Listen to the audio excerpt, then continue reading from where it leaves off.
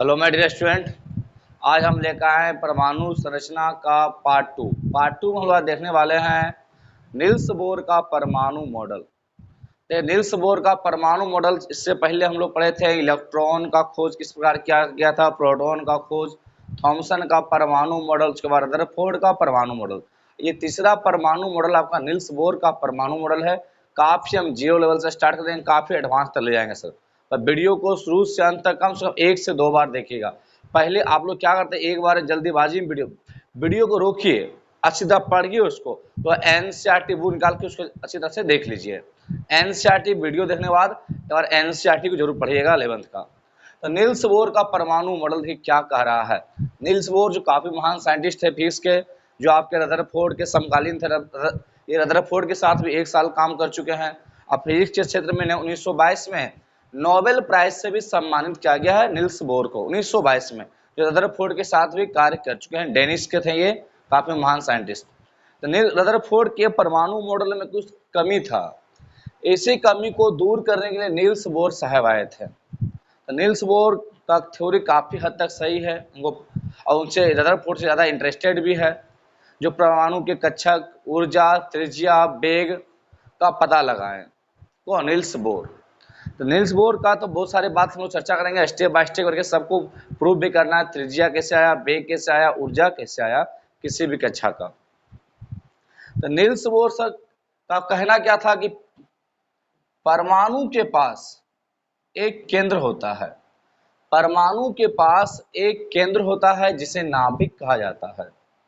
परमाणु के पास एक केंद्र होता है जिसे क्या कहा जाता है, जिसे नाभिक कहा जाता है। ये पहला स्टेटमेंट था नील्स बोर का परमाणु मॉडल, कि परमाणु के केंद्र में, परमाणु के पास एक केंद्र है जिसे क्या नाभिक कहा जाता है। नाभिक का खोज आपके रदरफोर्ड ने ही कर दिए थे। तो नील्स बोर का कहना क्या था कि परमाणु के पास एक केंद्र है जिसे नाभिक कहा जाता है। और उसके बाद इन्होंने क्या बताया कि इलेक्ट्रॉन एक निश्चित वृत्ताकार पथ पे चक्कर लगाता है, निश्चित वृत्ताकार पथ पे चक्कर लगाता है जिसे कक्षा कहा जाता है। नील्स बोर के अनुसार इलेक्ट्रॉन एक निश्चित वृत्ताकार पथ पर चक्कर लगाते हैं जिसे कक्षा कहा जाता है, और इस कक्षा का निश्चित त्रिज्या होता है, निश्चित वेग होता है और निश्चित ऊर्जा होता है। यानी प्रत्येक कक्षा का अपना एक निश्चित ऊर्जा, उस कक्षा में चक्कर लगा रहे इलेक्ट्रॉन का निश्चित वेग और कक्षा का निश्चित त्रिज्या होता है। इलेक्ट्रॉन का वेग, कक्षा का त्रिज्या, कक्षा का ऊर्जा। तो नील्स बोर का कहना क्या था कि इलेक्ट्रॉन जिस वृत्ताकार पथ पे चक्कर लगा रहा, उस वृत्ताकार पथ का एक निश्चित त्रिज्या होता है, वेग होता है और उसका ऊर्जा होता है। दूसरा, तीसरा बात क्या बोले थे नील्स बोर, वृत्ताकार पथ का कोणीय संवेग, कोणीय संवेग आपको पता होगा, संवेग गुना त्रिज्या, संवेग गुना त्रिज्या, कोणीय संवेग NH/2 पाई के बराबर होता है। कोणीय संवेग यानी MVR, कोणीय संवेग NH/2 पाई के बराबर होता है, कोणीय संवेग। तीसरा स्टेटमेंट था किसी भी वृत्ताकार पथ का कोणीय संवेग NH/2 पाई के बराबर होता है। और नील्स बोर ही बताया था कि इलेक्ट्रॉन तब तक ऊर्जा ग्रहण नहीं करेगा, तब तक ऊर्जा का त्याग नहीं करेगा जब तो वह एक निश्चित वृत्ताकार पथ पे चक्कर लगा रहा है, ना तो ऊर्जा का त्याग करेगा ना ऊर्जा ग्रहण करेगा। ऊर्जा का त्याग और ग्रहण कब करेगा? जब अपना कक्षक को बदलेगा। प्रत्येक कक्षक का अपना एक त्रिज्या होता है, ऊर्जा होता है और वेग होता है। इसको अच्छी तरह से हम लोग डील करेंगे अभी तुरंत। फिलहाल अभी देख सुन लिए अच्छी तरह से। तो नील्स बोर का कहना क्या था कि कोई भी इलेक्ट्रॉन ऊर्जा का ग्रहण तब तक नहीं करेगा या ऊर्जा का त्याग तब तक नहीं करेगा जब तक वो अपना कक्षा नहीं बदलेगा। कि मान ली क्लास में 10 बेंच है, तो 10 बेंच को कक्षा मान लिया, 10 में इलेक्ट्रॉन बैठे हुए हैं, तो 10 कक्षा का अपना निश्चित ऊर्जा होता है। पहले कक्षा का 1 जूल, दूसरे कक्षा का 2 जूल, तीसरे कक्षा का 3 जूल, चौथे का 4 जूल एंड सो ऑन। इधर सभी कक्षक का अपना एक ऊर्जा होता है। मान लीजिए कि आप बैठे हुए हैं पहले कक्षक में, आपका ऊर्जा 1 जूल है। जब तक उस बेंच पे बैठे रहेगा आपको 1 जूल ऊर्जा की आवश्यकता है, 1 जूल कक्षक की ऊर्जा है, और उसमें वही इलेक्ट्रॉन आकर बैठेगा इसका एनर्जी कितना हो, 1 जूल। जो 10वें कक्षक में बैठा हुआ है उस कक्षा का एनर्जी कितना होगा, 10 जूल होगा। यदि 10वें कक्षक में कोई इलेक्ट्रॉन तभी जाएगा जब उसका भी ऊर्जा कितना हो, 10 जूल हो। तो 10वें कक्षक का ऊर्जा 10 जूल है। अगर वो चाहेगा कि पहले कक्षक में आ जाए तो 9 जूल क्या त्याग कर देगा, 9 जूल। ये 10वें कक्षक का इलेक्ट्रॉन 9 जूल त्याग कर देगा तो 1 जूल ऊर्जा बचेगा, तो वह पहले कक्षक में आ सकता है। यदि पहले कक्षक का इलेक्ट्रॉन चाहता है कि 10वें कक्षक में जाए तो वह 9 जूल ऊर्जा ग्रहण करेगा, तो कहाँ पहुंच जाएगा, 10वें कक्षक में। यही सब को हम काफी अच्छी तरह से यहाँ डील आज करने वाले हैं कि ऊर्जा का त्याग कब होगा, ग्रहण कब होगा, ऊर्जा का मान कैसे नाभिक से दूर जाने में बढ़ता है, कैसे नजदीक आने पे घटता है, इन सब की चर्चा करेंगे। रदरफोर्ड का नील्स बोर का 3 स्टेटमेंट को पहले याद कर लीजिए। देखिए, परमाणु के पास एक केंद्र होता है जिसे नाभिक कहा जाता है। परमाणु के पास एक केंद्र होता है जिसे नाभिक कहा जाता है। दूसरा पॉइंट क्या बोले, नाभिक के चारों तरफ इलेक्ट्रॉन एक निश्चित कक्षा में चक्कर लगाता है जिसका निश्चित ऊर्जा और निश्चित वेग होता है। कहने मतलब हुआ कि इलेक्ट्रॉन जिस वृत्ताकार पथ पे घूम रहा है उस वृत्ताकार पथ में निश्चित ऊर्जा होता है, निश्चित ऊर्जा हुआ कहीं बदलता नहीं, निश्चित ऊर्जा और निश्चित वेग होता है, निश्चित ऊर्जा और निश्चित वेग होता है। तीसरा स्टेटमेंट क्या है, क्वांटीकृत स्थिति में, क्वांटीकृत कहने मतलब जो बदलता नहीं है, जो बदलता नहीं है। क्वांटीकृत स्थिति में इलेक्ट्रॉन जिस वृत्ताकार पथ पर चक्कर लगाता है उसका कोणीय संवेग nh/2π के बराबर होता है। क्वांटीकृत स्थिति में इलेक्ट्रॉन जिस वृत्ताकार पथ पर चक्कर लगाता है उसका कोणीय संवेग nh/2π के बराबर होता है। कोणीय संवेग nh/2π के बराबर होता है। यानी इलेक्ट्रॉन जिस वृत्ताकार पथ पे नाभिक के चारों तरफ चक्कर लगा रहा है उसका कोणीय संवेग nh/2π के बराबर होता है।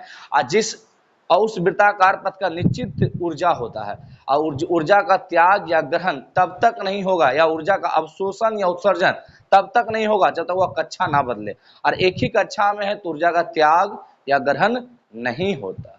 एक बार उतार लीजिए, देख लीजिए क्या क्या लिखे हैं और देख लीजिए अच्छी तरह से, फिर आगे हम लोग बढ़ने वाले हैं।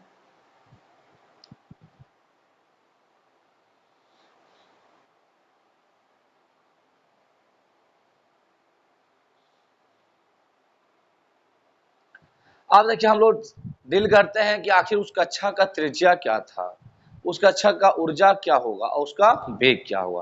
तो पहले हम लोग उस कक्षा का त्रिज्या को देखते हैं, उस कक्षा के त्रिज्या को।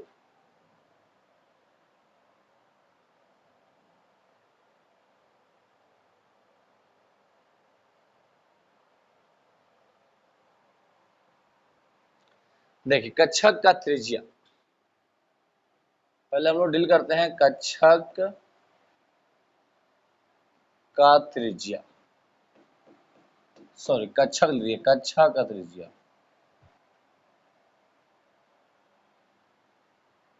कक्षा और कक्षक में अंतर है सर, आगे देखना हम लोग को भी है।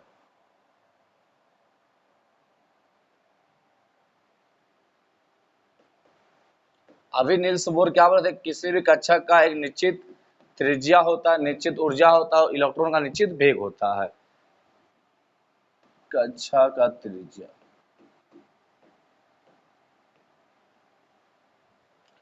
देखिए त्रिज्या कैसे, त्रिज्या का मान आएगा r बराबर 0.53 n² z एंगस्ट्रम।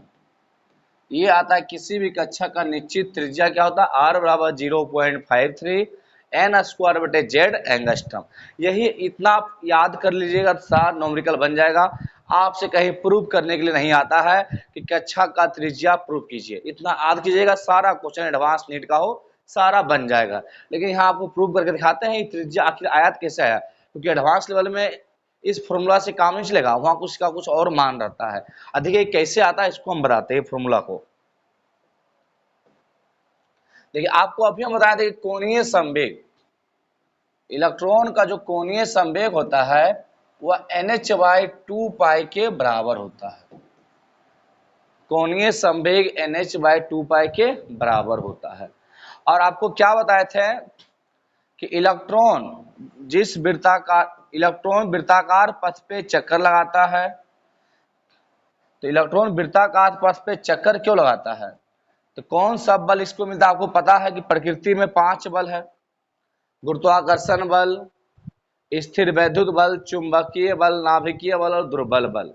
इसमें आपका एक, जब इलेक्ट्रॉन नाभिक के चारों तरफ चक्कर लगाता है, इलेक्ट्रॉन नाभिक के चारों तरफ चक्कर लगाता है, यहाँ स्थिर वैद्युत बल, आकर्षण का स्थिर वैद्युत बल लगता है, जो आपके रदरफोर्ड ने बताए थे। इसका मान क्या आया था, आपको पीछे की वीडियो में बताया गया है रदरफोर्ड के परमाणु मॉडल में, F बराबर के ZE² बटे R², इतना स्थिर वैद्युत बल लगता है।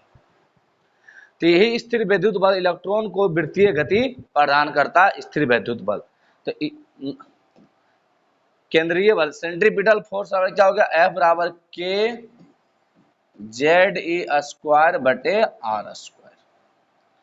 एक मिनट,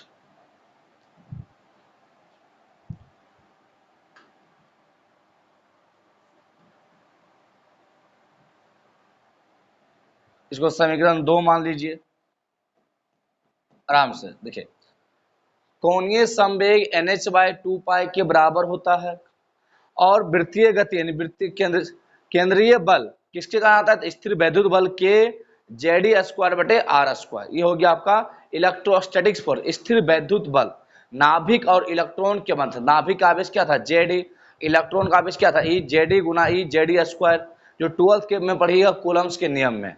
तो समीकरण 1 और समीकरण 2 आ चुका है। अब देखिए समीकरण 1 का स्क्वायर करके, स्क्वायर कर समीकरण 2 से भाग दे दीजिए, 1 का वर्ग करके 2 से भाग दीजिए, देखिए क्या आने वाला है।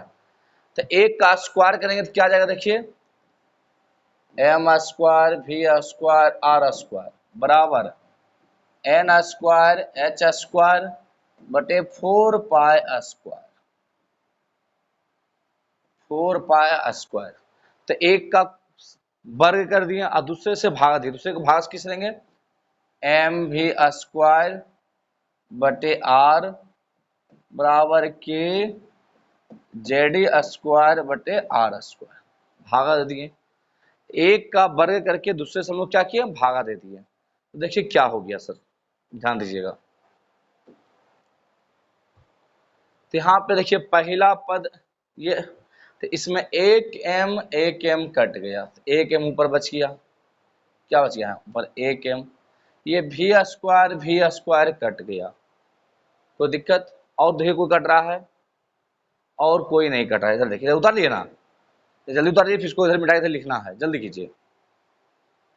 कोणीय संवेग NH/2π, लास्ट में प्रूफ होके यही आने वाला है। प्रूफ कहीं पूछता नहीं, लेकिन फिर व्याख्या कर दे रहे हैं ताकि आप भी कहीं पढ़ाइए तो कोई दिक्कत आपको ना हो।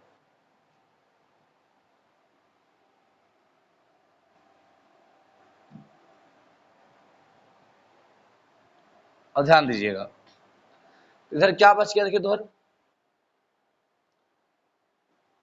MR²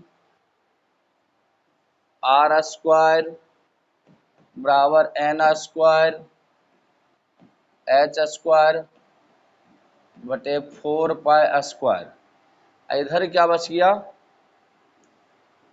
1 बटे R, इधर हो गया के ZE² बटे R²। ध्यान दीजिएगा, तो पहला पद और चौथा पद साथ में, दूसरा तीसरा क्या रहेगा साथ में। पहला R चला गया ऊपर, तो क्या हो गया RQ,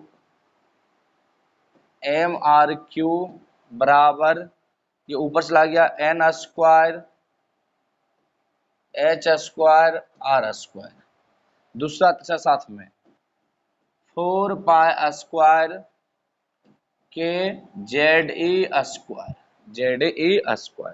अब देखिए कटेगा कोई, हाँ देखिए R² RQ कट गया, R बच गया, और कोई कटने वाला है और नहीं कुछ सर। तो इधर क्या हो गया, इधर हो गया आपका, देखिए क्या,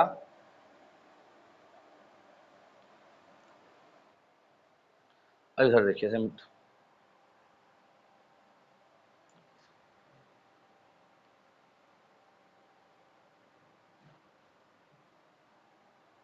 देखिए इधर क्या बच गया,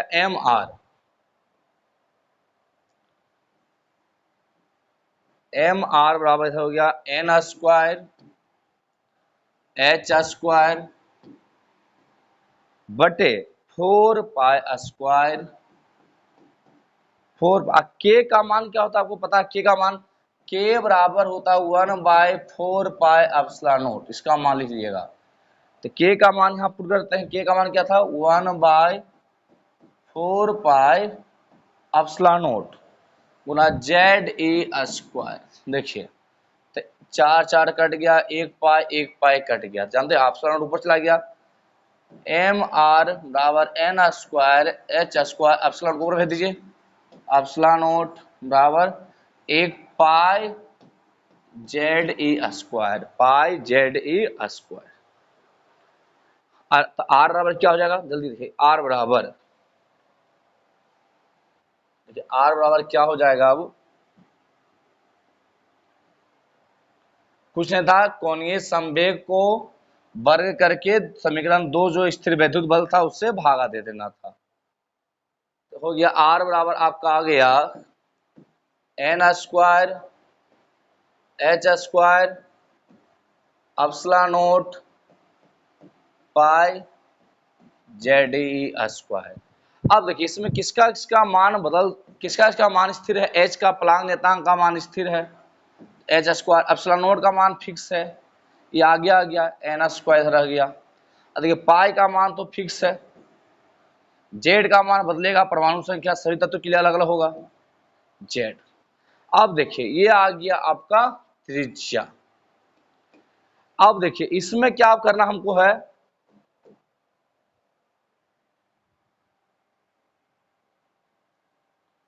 अब देखिए इसमें ये पूरा ये यदि पूरा को हम गुना भाग करते हैं इसका पूरा का मान आता है 0.53 एंगस्ट्रम में 0 पॉइंट। तो आर और लिख सकते हैं 0.53 एन स्क्वायर बटे जेड एंगस्ट्रम। यही हमको प्रूव करना त्रिज्या। वैसे तो प्रूव करने के लिए आता नहीं है लेकिन फिर भी प्रूव कर दिया है। आर बराबर 0.53 एन स्क्वायर बटे जेड एंगस्ट्रम। ये हो गया आपका कक्षा का त्रिज्या। कक्षा त्रिज्या कक्षा की संख्या के वर्ग के समानुपाती होता है और परमाणु संख्या का व्युत्क्रमानुपाती होता है। फिलहाल ये फॉर्मूला भी यदि आपको याद है आर बराबर 0.53 एन स्क्वायर बटे जेड एंगस्ट्रम तो सारा क्वेश्चन डील हो जाएगा। लेकिन फिलहाल इसको प्रूव कर लीजिए तो ये भी अच्छी बात है। जेएमएस और नेट में ये भी आपका पूछ सकता है डायरेक्ट यही फॉर्मूला।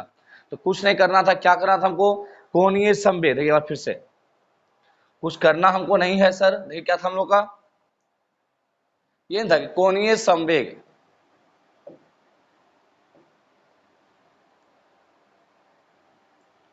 कोणीय संवेग नील्स बोर क्या बोले थे कोणीय संवेग NH/2 पाई के बराबर होता है। समीकरण 1 मान लीजिए। अब वृत्तीय गति जो होता है केंद्रीय बल जो लगता है, केंद्रीय बल किस कारण स्थिर वैद्युत बल के कारण, स्थिर वैद्युत बल के कारण केंद्रीय बल लगता है। पूछना था समीकरण 1 को वर्ग करना था। समीकरण 1 को क्या करना है स्क्वायर करके समीकरण 2 से क्या करना है भाग दे देना है। 1 का वर्ग करके 2 से भाग दे दीजिए तो आर का मान निकल गया था जो लास्ट में कितना आया था 0.53 एन स्क्वायर बटे जेड एंगस्ट्रम। यही था कक्षा का त्रिज्या। तो नील्स बोर कहना क्या था इलेक्ट्रॉन जिस वृत्ताकार पथ पे चक्कर लगाता है उसका एक निश्चित त्रिज्या होता है। कितना है पूरे आर बराबर 0.53 एन स्क्वायर बटे जेड एंगस्ट्रम। कैसे प्रूव किए आप अच्छी तरह से कॉपी में बैठ के आराम से प्रूव कर लीजिएगा। समय लगता है तो पहला बार में हार्ड लगता है, कैसे प्रूव करें नहीं करें कुछ समझ में नहीं आता है। लेकिन कुछ नहीं करना है, कोणीय संवेग का स्क्वायर करके केंद्रीय बल से भाग दे देना है। समीकरण 1 को स्क्वायर करके 2 से भाग दे दीजिए, देखिए आर का मान आ जाएगा। फिर आर का मान जिसका मान बदल रहा था उसको साइड कर दिए। एन का मान कक्षा का मान बदलेगा, जेड का मान बदलेगा, बाकी सभी का मान फिक्स था। कितना आएगा 0.53 एन स्क्वायर जेड एंगस्ट्रम। ये था कक्षा का आपका त्रिज्या। अब यदि आपसे पूछेगा कक्षा का निश्चित वेग होता है तो वेग कैसे निकालिएगा, इसको याद रखिए। कक्षा का वेग, कक्षा में इलेक्ट्रॉन का वेग, इलेक्ट्रॉन का वेग क्या हुआ देखिए। वेग का फॉर्मूला आएगा 2.18 गुना 10⁻⁶ जेड बटे एन। मीटर प्रति सेकेंड। जेड हो गया परमाणु संख्या, एन हो गया कक्षा की संख्या। यही इलेक्ट्रॉन का वेग आने वाला है किसी भी कक्षा में।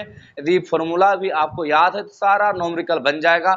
अगर कोई पूछ दे को प्रूव कीजिए, सत्यापित कीजिए, सिंपल कर देंगे। कैसे करेंगे देखिए, तुमको पता है कोणीय संवेग, कोणीय संवेग NH/2 पाई के बराबर होता है। तो यही प्रूव हो गया। आर का मान, इससे पहले त्रिज्या का मान आया था, त्रिज्या का मान से बिठा दीजिए तो वेग निकल जाएगा। तो वेग बराबर क्या हो जाएगा, NH/2 पाई mr। आर का मान पुट कर दीजिए, देखिए आपका आंसर आ जाएगा। कितना आ जाएगा वेग का फॉर्मूला, 2.18 गुणा 10⁻6 Z/n मीटर प्रति सेकेंड। तो इस तरह आप प्रूव कर सकते हैं वेग को भी। लेकिन हाँ, त्रिज्या का मान प्रूव हो गया, सबका मान प्रूव कर दीजिएगा, वेग निकाल दीजिएगा। यदि आपसे पूछेगा गतिज ऊर्जा, तो गतिज ऊर्जा का सिंपल फॉर्मूला होता है। देखिए क्या होता है, गतिज ऊर्जा बराबर होता है 13.6 Z²/n² इलेक्ट्रॉन वोल्ट में आएगा 13। तो ये कैसे आया, सिंपल हमको पढ़े, गतिज ऊर्जा बराबर हाफ mv²। तो वेग का मान जो आया था, वेग का मान इसमें पुट कर दीजिए, गतिज ऊर्जा आ जाएगा। त्रिज्या निकल गया तो वेग निकल जाएगा, वेग निकल गया तो गतिज ऊर्जा निकल जाएगा। इसमें त्रिज्या मेन था, त्रिज्या को अच्छी तरह से हम लोग प्रूव किए थे। गतिज ऊर्जा का मान कितना है, 13.6 Z²/n² इलेक्ट्रॉन वोल्ट। फॉर्मूला भी याद रखिएगा तो आपका सारा काम बन जाएगा। अब बचा स्थितिज ऊर्जा।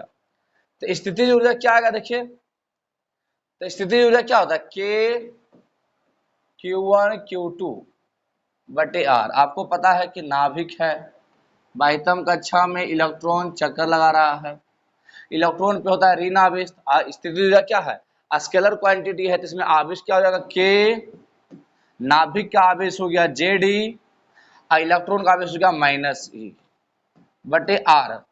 R त्रिज्या का मान निकाल चुके हैं, त्रिज्या का मान से बिठा दीजिए तो आपका स्थितिज ऊर्जा आ जाएगा -27.2 Z²/n² इलेक्ट्रॉन वोल्ट। बस इसमें त्रिज्या का मान पुट कर दीजिए। कि त्रिज्या के मान को सबसे पहले हम लोग प्रूव किए थे, कोणीय संवेग NH/2 पाई के बराबर होता है। कोणीय संवेग का स्क्वायर कर दिए थे, उसके बाद क्या, mv²/r के Ze²/r यानी इलेक्ट्रोस्टैटिक्स फोर्स, स्थिर विद्युत बल से भागा दे दिए थे। त्रिज्या निकल गया तो उससे हम लोग वेग निकाल लिए, mvr NH/2 पाई। वेग निकल गया तो गतिज ऊर्जा निकाल लिया, हाफ mv², वेग v का मान बैठा कर, उसके बाद स्थितिज ऊर्जा निकाल लिया। इस प्रकार से तीनों आप आराम से निकाल सकते हैं, प्रूव कर सकते हैं। लेकिन प्रूव कहीं आता नहीं, सिंपल आपको फॉर्मूला रखना है। क्या देखिए, पहला फॉर्मूला क्या प्रूव किया था, R बराबर 0.53 n² एंगस्ट्रम, जिसको हम प्रूव किए थे समीकरण 1 को 2 से भागा देकर। अब वेग का सूत्र क्या था, यहाँ पे वेग आया था 2.18 गुणा 10⁻6 Z/n मीटर प्रति सेकेंड। ये था वेग का सूत्र। त्रिज्या प्रूव किए तो वेग भी प्रूव हो जाएगा, लेकिन प्रूव कहीं पूछेगा नहीं। बार बार ये बात को हम बोल रहे हैं, लेकिन हाँ यदि कहीं व्याख्या करना हो, कहीं टीचर आप भी बन गए तो आराम से सबको एक एक करके प्रूव कर देंगे, मतलब त्रिज्या को फिर वेग को। फिर गतिज ऊर्जा क्या आ जाएगा, काइनेटिक एनर्जी हाफ बोलते हैं तो प्रूफ। इसमें वेग का मान पुट कितना आया था, गतिज ऊर्जा 13.6 Z²/n² इलेक्ट्रॉन वोल्ट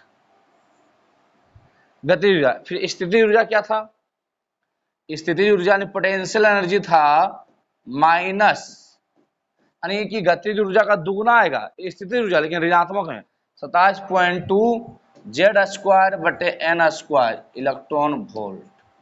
इस प्रकार आप स्थितिज ऊर्जा। कुल ऊर्जा क्या होता है,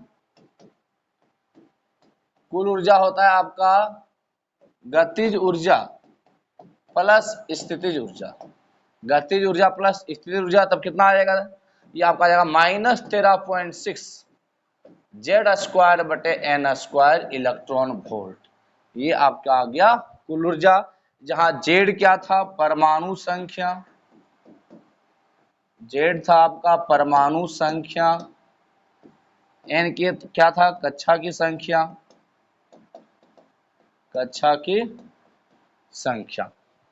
एक बार सभी फॉर्मूला को अच्छी तरह देख लिए कि नील्स बोर साहब क्या बोले थे, किसी इलेक्ट्रॉन जिस वृत्ताकार पथ पे चक्कर लगाता है उस वृत्ताकार पथ का निश्चित त्रिज्या होता है, निश्चित वेग होता है और निश्चित ऊर्जा होता है, गतिज ऊर्जा हो या स्थितिज ऊर्जा हो या कुल ऊर्जा हो।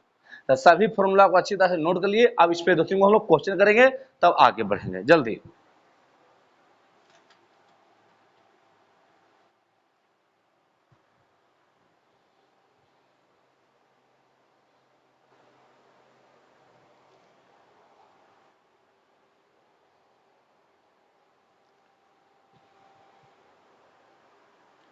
और देखिए इसमें जो भी हम लोग प्रूव कर रहे हैं आपको मॉडर्न फिजिक्स 12th में भी काम देगा।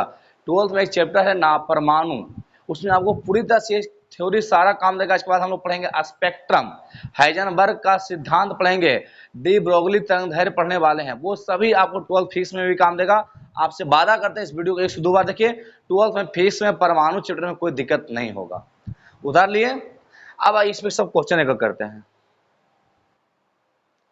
ये क्वेश्चन क्या है, क्वेश्चन रहेगा हाइड्रोजन परमाणु के पहले कक्षा, अब प्रथम फर्स्ट कक्षा का त्रिज्या, ऊर्जा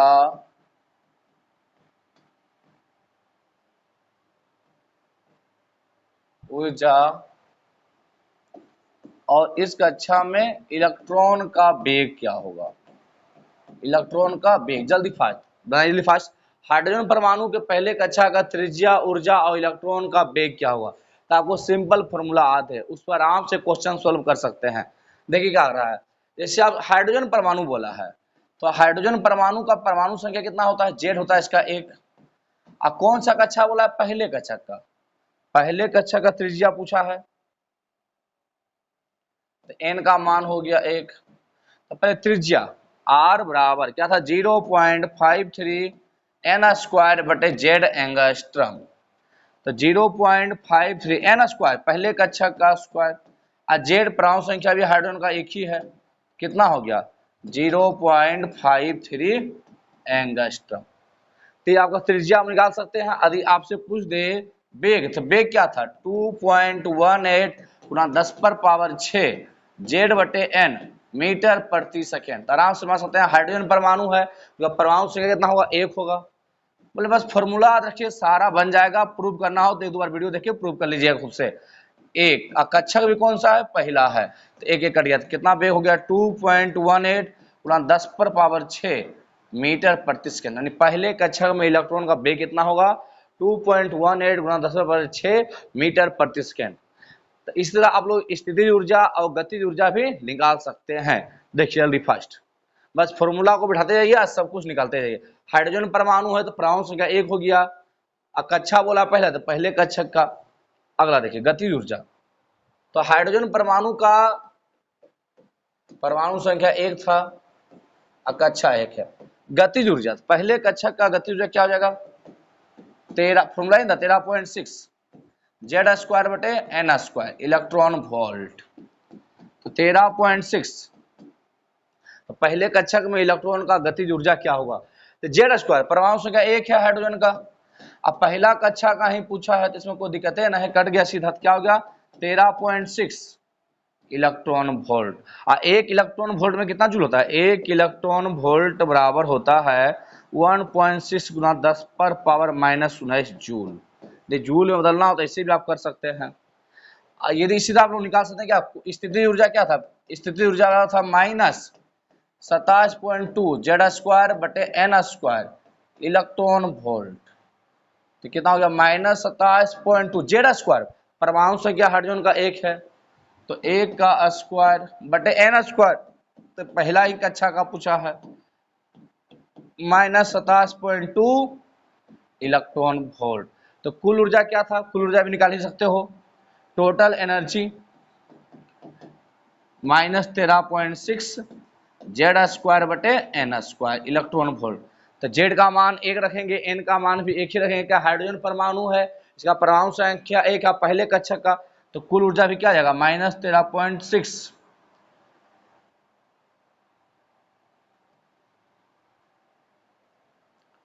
-13.6 इलेक्ट्रॉन वोल्ट। तो आपसे आशा है कि नील्स बोर के अनुसार जो दिया गया थ्योरी था, किसी भी वृत्ताकार पक्ष का निश्चित त्रिज्या होता है, निश्चित वेग होता है और निश्चित ऊर्जा होता है। तो आपसे आशा है कि आप सारे क्वेश्चन को आराम से सोल्व कर सकते हैं। बस इसका फॉर्मूला याद रखिएगा। यदि प्रूव करने का मन हो तो पहले त्रिज्या निकालेंगे, फिर वेग निकालेंगे, फिर गतिज ऊर्जा, फिर स्थितिज ऊर्जा। एक क्वेश्चन और देख लेते हैं।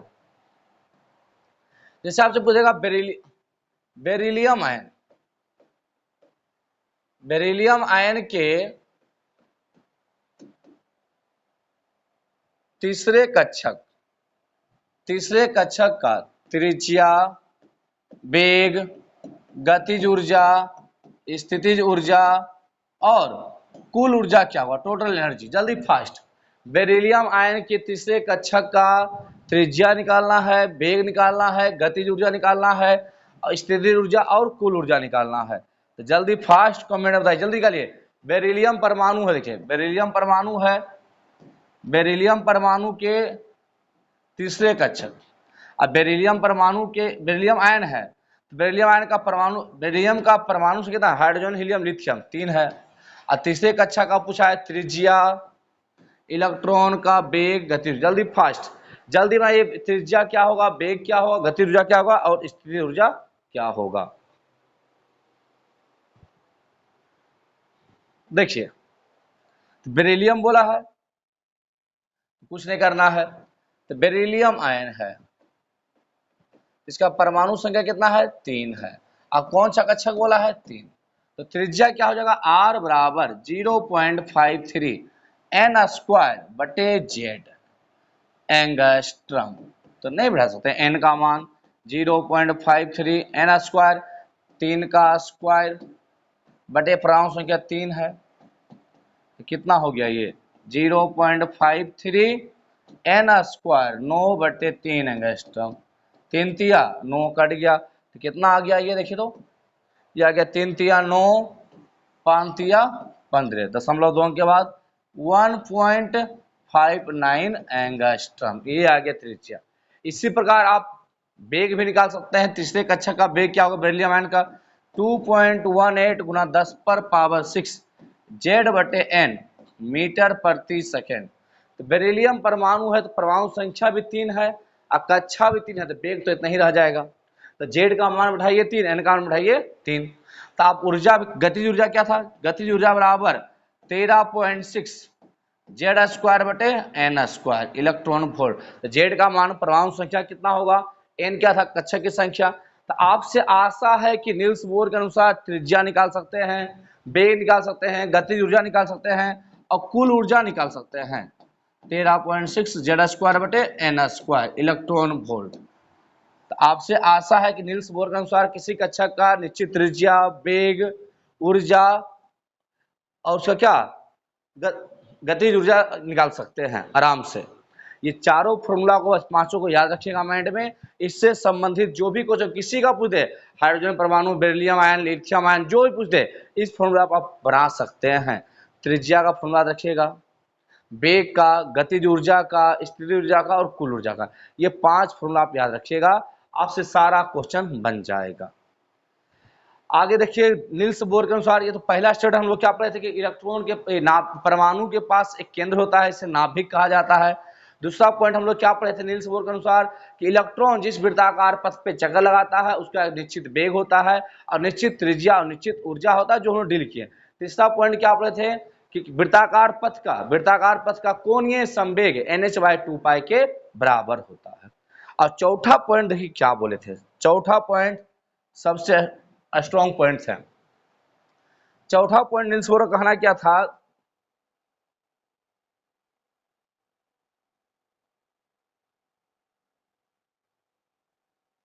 ये सब तो आपका हो चुका है।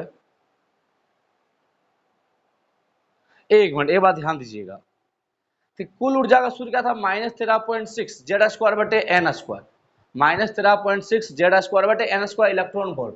देखिए माइनस लगा हुआ है सर, मतलब कि नाभिक से दूर जाएंगे ऊर्जा का मान बढ़ेगा। देखिए नाभिक से दूर जाने पे ऊर्जा का मान बढ़ता है, नाभिक से दूर जाने पे ऊर्जा का मान बढ़ता है। तो कैसे, देखिए एक मिनट, कुल ऊर्जा क्या था कुल ऊर्जा था किसी भी कक्षा का -13.6 जेड स्क्वायर बटे एन स्क्वायर इलेक्ट्रॉन वोल्ट। मान लीजिए पहला कक्षा है, ये दूसरा कक्षा है, ये तीसरा कक्षा है, ये मान लीजिए अनंत कक्षक है, इन्फिनिटी पे है। ये सभी कक्षक का ऊर्जा निकाला जाए हाइड्रोजन परमाणु के लिए, हाइड्रोजन परमाणु के लिए इसका परमाणु संख्या कितना जेड होता है 1।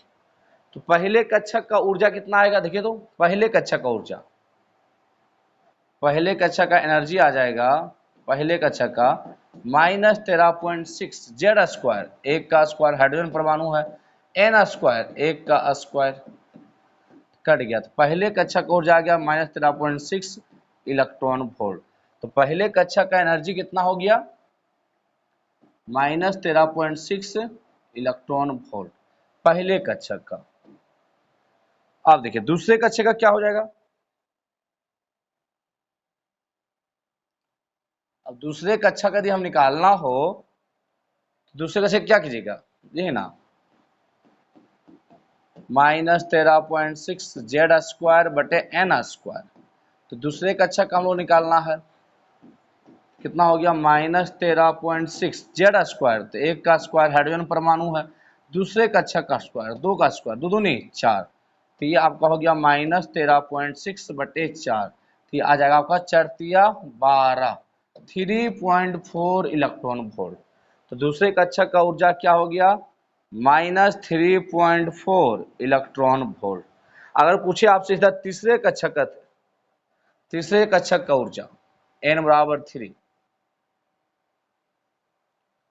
n बराबर 3, तीसरे कक्षक का ऊर्जा क्या होगा, हाइड्रोजन परमाणु के तीसरे कक्षक का ऊर्जा, तीसरे कक्षक का तो सिंपल है -13.6 जेड स्क्वायर बटे एन स्क्वायर इलेक्ट्रॉन वोल्ट।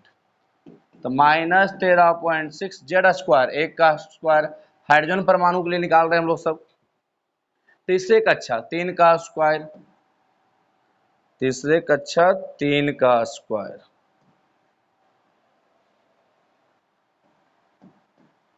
तो ये कितना आ जाएगा देखिए, तो -13.6 3 का स्क्वायर 9 1 पॉइंट लगभग आ जाएगा 1.5 इलेक्ट्रॉन वोल्ट। तो तीसरे कक्षा का ऊर्जा क्या हो गया -1.5 इलेक्ट्रॉन वोल्ट। इसी प्रकार अनंत पे, अनंत का क्या हो जाएगा देखिए, तो अनंत पे ऊर्जा का मान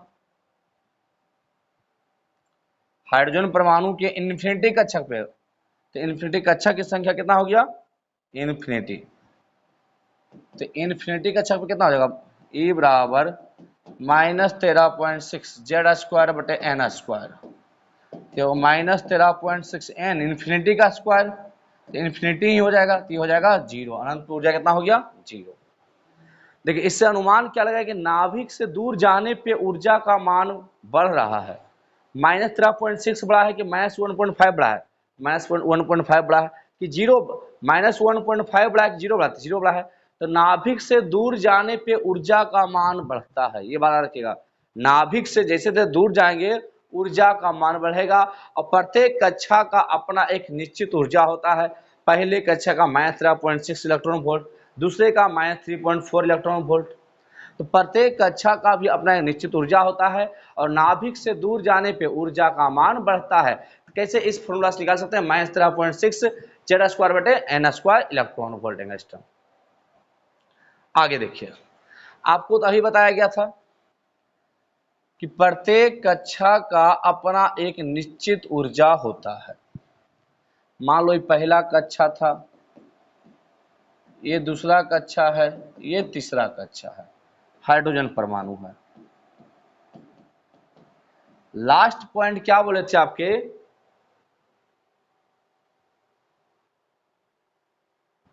लास्ट पॉइंट देखिए नील्स बोर साहब क्या बोले थे, अंतिम पॉइंट, इलेक्ट्रॉन जब तक वृत्ताकार पथ पे चक्कर लगा रहा ना तो ऊर्जा का त्याग करेगा ना ऊर्जा ग्रहण करेगा। लेकिन हाँ ऊर्जा त्याग भी कर सकता है और ग्रहण भी कर सकता है। आपको पता है कि नाभिक से दूर जाएंगे ऊर्जा का मान बढ़ेगा, तो आंतरिक अंतिम अंदर जो इलेक्ट्रॉन उपस्थित है अंदर के कक्षक में, तो वह ऊर्जा वह चाहता है कि हम बाह्यतम कोश में चले जाएं। आपको शुरू में बताएं, मान लीजिए किसी क्लास में 10 बेंच लगा हुआ है, मान लीजिए हम नाभिक हैं, पहला बेंच, दूसरा बेंच, तीसरा बेंच, 10 बेंच है। हमसे जितना दूर जाएगा, हम नाभिक है तो ऊर्जा का मान बढ़ेगा। पहले कक्षा का 1 जूल, दूसरे कक्षा का 2 जूल, तीसरे का 3 जूल, 10वें कक्षा का 10 जूल होगा। तो पहले कक्षा का एनर्जी 1 जूल है। इस कक्षा में जब तक तुम रहोगे आपको 1 जूल ऊर्जा की आवश्यकता है, फिक्स एनर्जी है सभी कक्षा का। लेकिन यदि पहले कक्षा का इलेक्ट्रॉन चाहता है हम 10वें बेंच पे जाकर बैठ जाए तो उसका एनर्जी 10 जूल है, तो 9 जूल इसको ग्रहण करना पड़ेगा, तब जाकर 10वें कक्षा में जाएगा। और 10वें कक्षा का इलेक्ट्रॉन चाहता है कि हम पहले कक्षा में आए तो 9 जूल ऊर्जा का त्याग करेगा, तो उसका ऊर्जा ज्यादा था, इसका ऊर्जा कम है। एक पहले बेंच पे वही बैठेगा, इसका एनर्जी कितना हो, 1 जूल एनर्जी हो। तो 10वें कक्षा का ऊर्जा 10 जूल है, वो चाहता है कि पहले कक्षा में आ जाए तो 9 जूल उसको त्यागना पड़ेगा। और पहले कक्षा का एनर्जी 1 जूल था, चाहता है कि हम 10वें कक्षा में जाए तो 9 जूल इसको ग्रहण करना पड़ेगा। तो हाँ, तो इलेक्ट्रॉन तो ऊर्जा का ग्रहण भी होगा, त्याग भी होगा, उसके लिए एक कंडीशन, देखिए कंडीशन क्या था। इलेक्ट्रॉन ऊर्जा ग्रहण और त्याग दोनों कर सकता है। इलेक्ट्रॉन जो है, हाँ अभी क्या पढ़ते थे, नील्स बोर के अनुसार सेकंड में आया था, ऊर्जा का ना त्याग करता है ना तो ग्रहण करता है, लेकिन हाँ कब, जब वह एक निश्चित कक्षा में हो।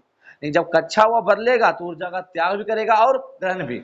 ऊर्जा ग्रहण कर बाह्यतम कोश में, आपको अभी बताया कोई भी इलेक्ट्रॉन ऊर्जा ग्रहण कर अपने बाह्यतम कोश में चला जाता है उच्च ऊर्जा स्तर में, और इलेक्ट्रॉन त्याग कर अंतरिम कोश में चला जाता है निम्न ऊर्जा स्तर में। तो ऊर्जा ग्रहण कर कहाँ चला जाएगा, बाह्यतम कोश में, और ऊर्जा का त्याग कर आंतरिक कोश में चला जाता है। इलेक्ट्रॉन हमेशा फिर भी, लेकिन एक मिनट, मान ले पहले कक्षा का ऊर्जा कितना था, -13.6 इलेक्ट्रॉन वोल्ट। तीसरे कक्षा का ऊर्जा कितना था, -1.5 इलेक्ट्रॉन वोल्ट। तो इसका ऊर्जा ज्यादा है। यदि पहले कक्षा का इलेक्ट्रॉन चाहता है कि हम बाहर चले जाएं तो ये ऊर्जा को ग्रहण करेगा। कितना ग्रहण करेगा, इसका -1.5 इलेक्ट्रॉन वोल्ट है, इसका 13.6 इलेक्ट्रॉन वोल्ट है। तो उच्च ऊर्जा स्तर में जाने के लिए इसको ऊर्जा ग्रहण करना पड़ेगा। यही जब बाहर से कोई अंदर आएगा इलेक्ट्रॉन तो ऊर्जा का त्याग करेगा, ऊर्जा का त्याग करेगा।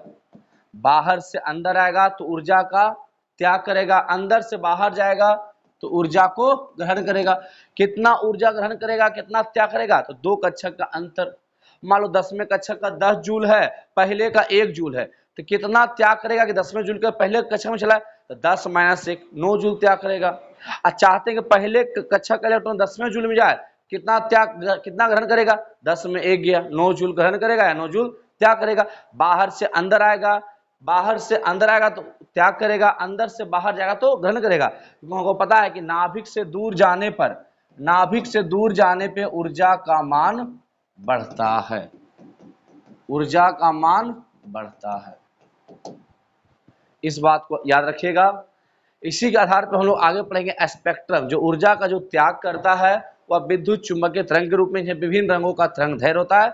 इसके बाद की वीडियो हम लोग पढ़ेंगे। अगला पॉइंट, तो कितना ऊर्जा का त्याग और ग्रहण करेगा यह हमको देखना चाहिए। मान लीजिए कोई इलेक्ट्रॉन है, 3 कक्षक दिया हुआ है। मान लीजिए पहले कक्षक है, हाइड्रोजन परमाणु है जिसका Z 1 है, हाइड्रोजन का परमाणु कितना है, 1 है। यहाँ का कोई इलेक्ट्रॉन चाहता है कि हम चले जाए कहाँ, तीसरे कक्षक में। तो तीसरे कक्षक का ऊर्जा ज्यादा है, कितना ऊर्जा ग्रहण करेगा, तो डेल्टा E क्या करेंगे, E3 - E1, ज्यादा में कम घटा देंगे, कितना ग्रहण करें। तो तीसरे कक्षक का ऊर्जा क्या हो जाएगा, पहले कक्षक में इलेक्ट्रॉन था, चला गया तीसरे कक्षक में, ऊर्जा ग्रहण कर, कितना ऊर्जा ग्रहण किया, तो तीसरे कक्षक का ऊर्जा क्या हो जाएगा, -13.6 Z² बटे N, Z² तो 1 का स्क्वायर बटे N² 3 का स्क्वायर, -13.6 बटे 9, तो ये आ गया -1.5 इलेक्ट्रॉन वोल्ट। तो तीसरे कक्षक का ऊर्जा कितना हो गया, -1.5 इलेक्ट्रॉन वोल्ट। तो पहले कक्षक का ऊर्जा क्या हो जाएगा, 13.6 -13.6 Z² तो 1 का स्क्वायर, N² तो 1 का स्क्वायर पहले कक्षक का। तो पहले कक्षक का ऊर्जा कितना हो गया, -13.6 इलेक्ट्रॉन वोल्ट। अब पहले कक्षक का ऊर्जा कम है, तीसरे का ऊर्जा ज्यादा है, तो घटा लिए तीसरे का ऊर्जा 1.5 माइनस पहले कक्षक का कितना, -13, तो प्लस हो जाएगा 13.6 तो माइनस प्लस माइनस, चिन्ह तो बड़ा करेगा, प्लस घटा लीजिए, 6 में 5 1, 13 1 12.1, 12.1 इलेक्ट्रॉन वोल्ट। इतना ऊर्जा ये क्या करेगा, ग्रहण करेगा। यानी पहले कक्षक का इलेक्ट्रॉन इतना ऊर्जा ग्रहण करके कहां चला जाएगा, आपके तीसरे कक्षक में। तो अंदर का इलेक्ट्रॉन यदि बाहर जाएगा तो ऊर्जा क्या करेगा, ग्रहण करेगा। अब बाहर से अंदर आएगा तो ऊर्जा का त्याग करेगा। ऊर्जा क्या करेगा, त्याग करेगा। एक क्वेश्चन और,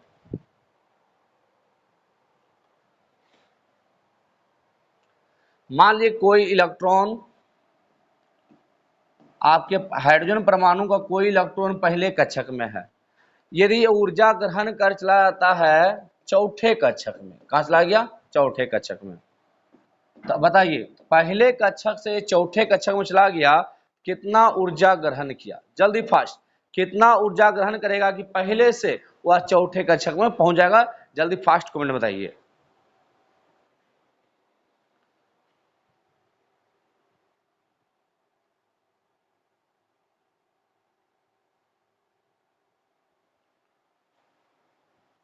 तो कुछ नहीं करना, पहले कक्षक का ऊर्जा क्या होगा, माइनस 13.6 जेड स्क्वायर, हाइड्रोजन का परमाणु का एक है तो एक का स्क्वायर, एन स्क्वायर, पहले कक्षक में इलेक्ट्रॉन बैठा हुआ था तो एक का स्क्वायर, तो आ जाएगा आपका माइनस 13.6 इलेक्ट्रॉन वोल्ट। अब कहां चला गया, चौथे कक्षक में, तो चौथे कक्षक का ऊर्जा क्या हो जाएगा, ये पहले कक्षक का चौथे, माइनस 13.6 जेड स्क्वायर, हाइड्रोजन परमाणु है, परमाणु संख्या एक हो गया, कौन सा चला गया है, चौथे कक्षक में, 4 का स्क्वायर, माइनस 13.6 बटे 16, चौथे कक्षक कितना आ जाएगा, minus 0.85 electron volt, minus 0.85 electron.